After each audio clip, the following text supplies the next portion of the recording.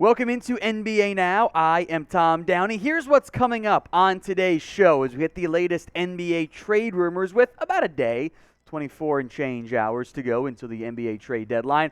Chris Paul, D'Angelo Russell, Derrick Rose, and once again, Eric Gordon, a yearly, if not monthly, trade rumor on Eric Gordon. We'll break all that down, but first, type in number one in the comment section to congratulate LeBron James on setting the NBA scoring mark, passing Kareem Abdul-Jabbar last night against the Thunder. The King now is number one in scoring. Congrats to LeBron James. Type in number one for me in the comment section. Let's move to Chris Paul, who has suddenly appeared in NBA trade rumors because the Suns allegedly offered Paul as part of their package to acquire Kyrie Irving from the Nets, who, of course, eventually went to the Dallas Mavericks. Now, that news broke, and Chris Paul didn't seem too bothered by it in the end. I will make note that CP3, although still being a productive member, and I think his veteran leadership is a big reason why the Suns took that step forward from talented young team to talented contending team. He's aging. He's starting to decline a little bit, and I would be surprised even if CP3 was privately upset about the trade rumors, if he ends up getting moved before the NBA trade deadline. The numbers have dipped a little bit. 13.6, still averaging almost 9 assists per game. The shooting is not bad. He's, of course, missed time because he is a little bit older. It is noteworthy that the Suns have been so interested in looking at guards, younger guards in particular. Fred VanVleet has been linked to them. D'Angelo Russell, who we'll talk more about here in a little bit. And, of course, Kyrie Irving, then on the Nets, now on the Dallas Mavericks. So, let me know in the comments section. Maybe it's Chris Paul, maybe it's a Pascal Siakam, or maybe you're hoping it's Kevin Durant still. Who will be the biggest player moved at the trade deadline? There will be action.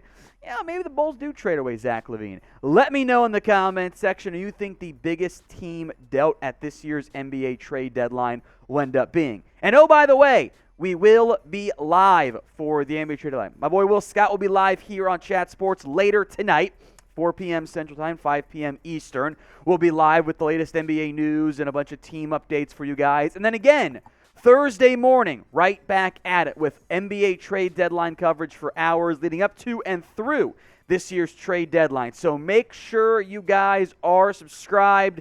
If the ad break comes here, ignore it. Go subscribe right now to us here at Chat Sports. Click that sub button so you don't miss out on anything NBA related from now until we're no longer a channel, which hopefully is never.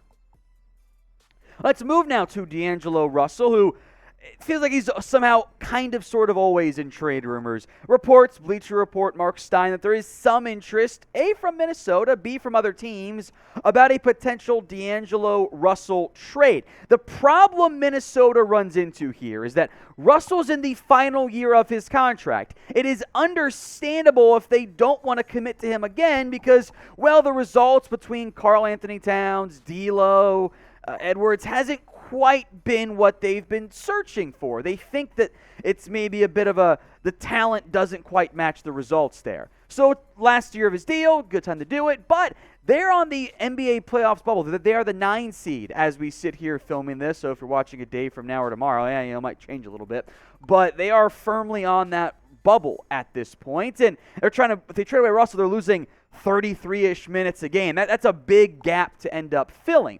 Now, Bleacher Report mentioned a couple teams in the mix. Dallas Mavs were on there, but they got Kyrie Irving, so we're just going to cross them off the list for them. The Miami Heat, the Phoenix Suns, and the Los Angeles Clippers. We'll talk more in depth here about D'Angelo Russell momentarily, but today's show is made possible by Athletic Greens. I take AG1 by Athletic Greens literally every day. Get comprehensive and convenient daily nutrition at athleticgreens.com/chatsports. I gave AG1 a try because I wanted better gut health. I want a supplement that actually tastes great.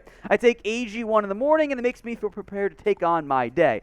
Once I've got baby Olivia set up with her breakfast, I make my AG1. I don't feel the need for caffeine in the morning anymore, and I feel energized throughout the day.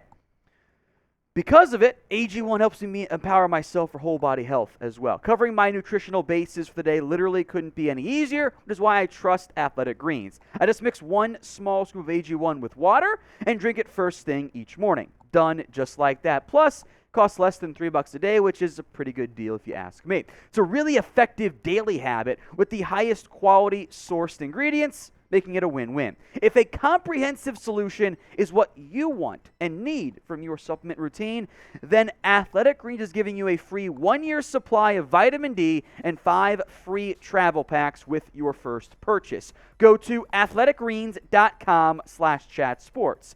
That's athleticgreens.com/chatsports. Links in the comments section and the description of today's video. Help your gut health, help your immunity, help your energy as well with Athletic Greens. I personally have always been a fan of D'Angelo Russell, not because I'm good with him in 2K, but I like his play style overall.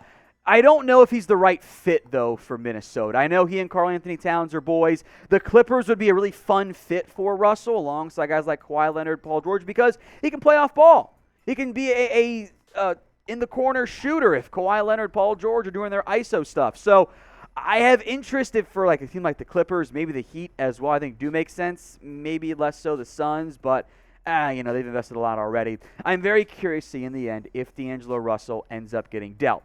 That's a big name to monitor as maybe a surprise blockbuster-ish trade. What do you think? Will Russell get dealt by this year's NBA trade deadline? Y for yes, N for no. That's with the Derrick Rose, who, he's still playing. It's a damn shame his knees fell apart early in his career.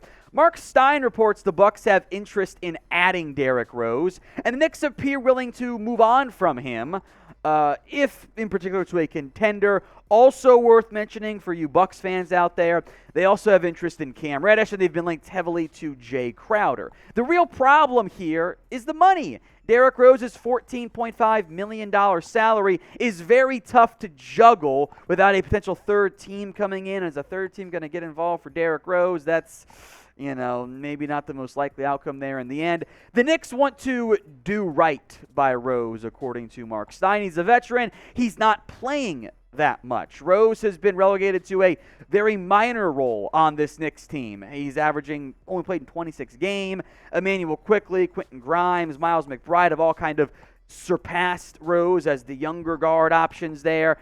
31.7% from three is not that great. Of course, he's no longer prime Rose, but if he's like your 9th or 10th man off the bench for a veteran contender, that could make some sense there.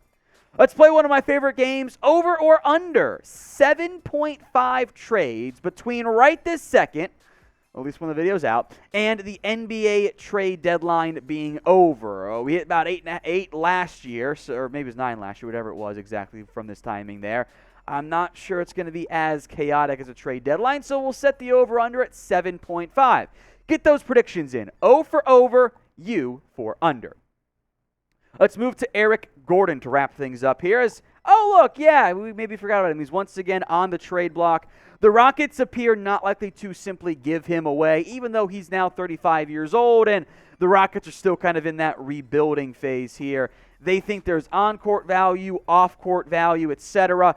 There is a long list of teams in the market, including but not limited to the LA Clippers, the Phoenix Suns. They clearly want guard help, and I would probably throw the Sixers in there because Daryl Morey. They did come close to getting him at the NBA trade deadline. The Rockets appear to have a high asking price. A buyout is unlikely. Mark Stein The Athletic reports that Gordon will not request a buyout in the event he does not get dealt.